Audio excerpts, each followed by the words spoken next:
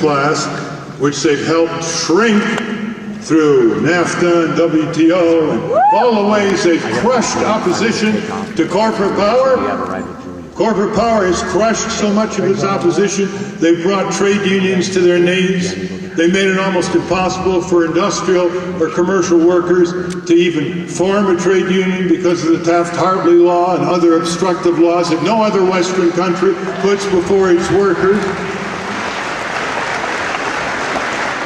The Democrats are dying for the same dollars, the same corporate dollars Republicans are dying for.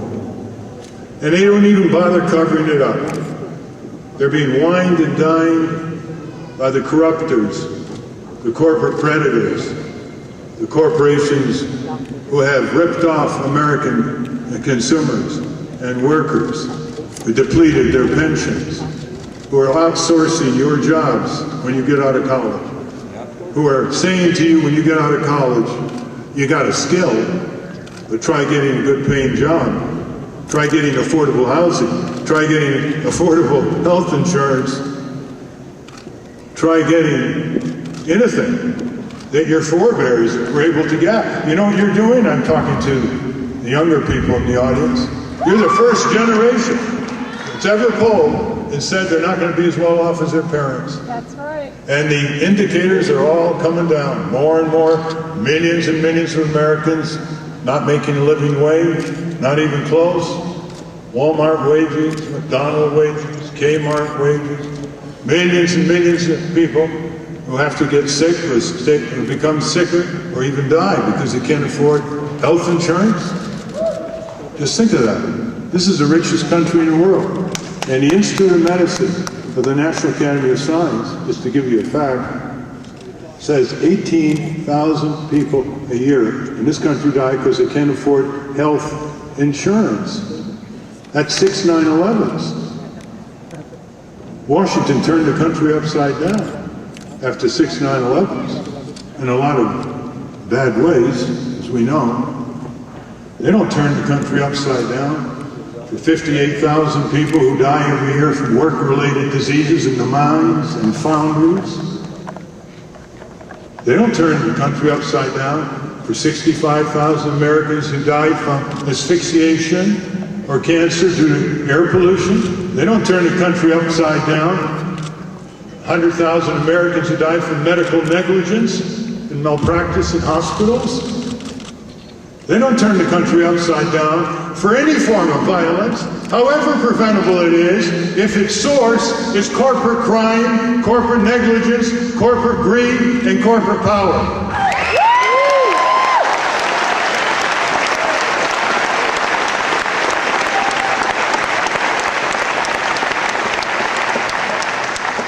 You know, people ask me around the country, Nader, what are you doing this for? What do you expect to achieve?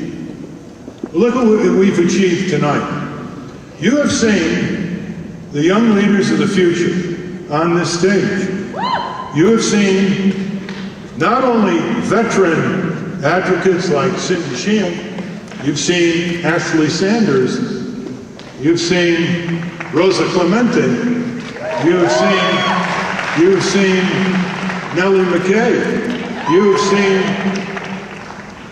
you have seen someone you're going to hear a lot more of in the next few months. You've seen Reverend Jay. You wait and see. He's only 21 years old. And he's breaking away from this notion that many of us have always hoped that someday there'll be an African American ascend to the presidency of the United States. He's saying something more than that.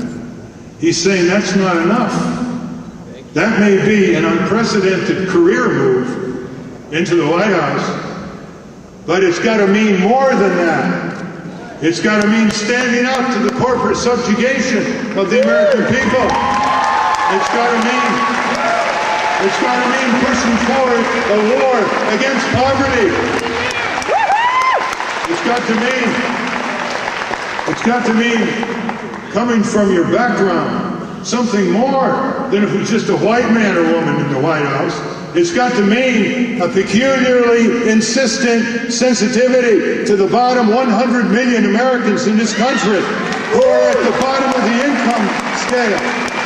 African Americans, poor whites, Latinos, who do the most dangerous work for us, who do the most thankless work for us, who raise our children, take care of our children, be with our ailing parents, harvest our food, service us in all kinds of ways while they are underpaid and overcharged, while they're excluded, while they're disrespected, while they're marginalized. And the only time they're held up before the country is when we ask them to go overseas and fight our criminal wars.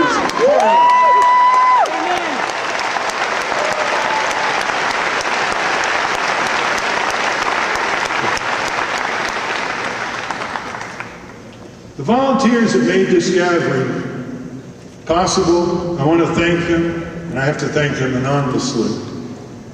But there are several I just want to mention because they've been with us for so long. We're on the ballot, we're going to be on the ballot on 45 states in this country, overcoming all these obstacles to get on the ballot.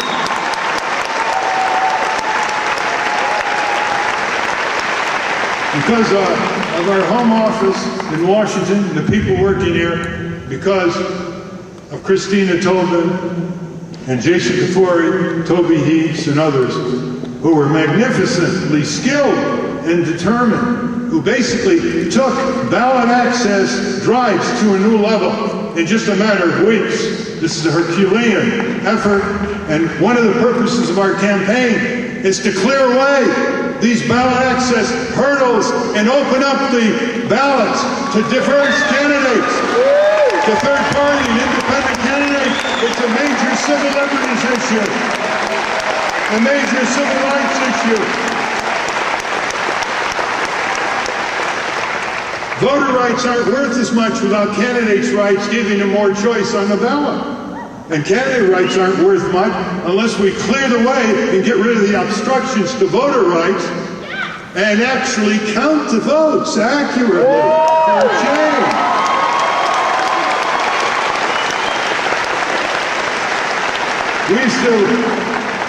Some of us used to hear the Soviet Union would have an election. They say 97% of the people turned out to vote. We'd all laugh. Why?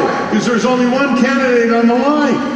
Well, in most of the districts for the House of Representatives, over 90%, there's essentially only one candidate on the line, either the incumbent Republican gerrymandered district or the incumbent Democrat. These two parties don't even want to compete with themselves. They're turning our country into an essentially one-party state.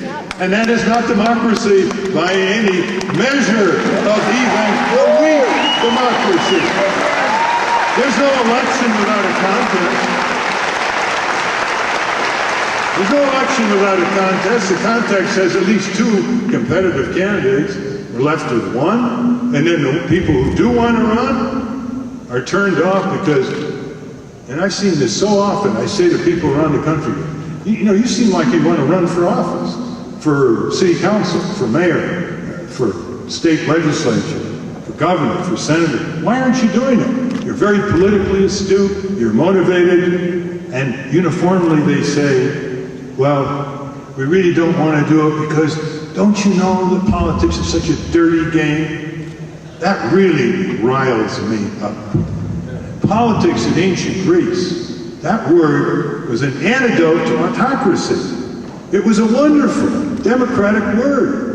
And they have turned it into a dirty word. And it's our job to sweep the rascals out of the political forums who have corrupted our country and reduced our choices and debased our public dialogue and turned politics into trivial gossip, tactics, horse races, and silly repartees between people like John McCain and Barack Obama.